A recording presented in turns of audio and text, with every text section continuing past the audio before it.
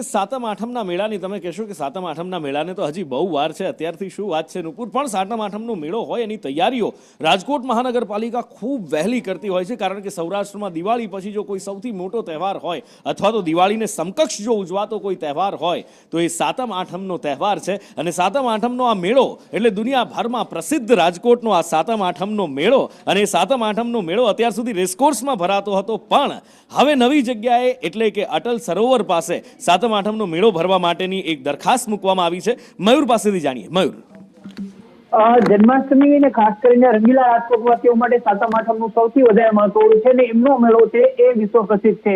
લગભગ 15 થી 20 લાખ લોકો છે આ મેળો મહાલવા માટે સૌરાષ્ટ્ર અને ગુજરાતમાંથી આવતા હોય છે. આ વખતે રેસકોર્સના મેદાનને બદલે અટલ સરોવર પાસે જે આખું ખુલ્લું મેદાન છે ત્યાં આ મેળો યોજવા માટેની તૈયારી કલેક્ટર તંત્ર દ્વારા કરવામાં આવી છે. આ માટે જમીનને સમતળ કરવા માટેની દરખાસ્ત કરવામાં આવી છે. જો બધી જ વસ્તુઓ સુરક્ષાની દ્રષ્ટિએ અને લોકોની દ્રષ્ટિએ યોગ્ય રહી તો આ વખતે મેળાનું સ્તર છે તે ફરશે.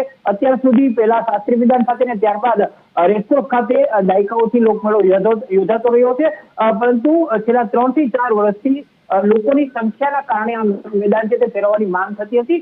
આ વખતે કલેક્ટર તંત્રે તૈયારી શરૂ કરી છે 4 મહિના પહેલા જ, અને દર વખતે જન્માષ્ટમીનો મેળો રેસકોર્સમાં યોજાતો છે. આ વખતે અટલ સરોવર પાસે યોજવાની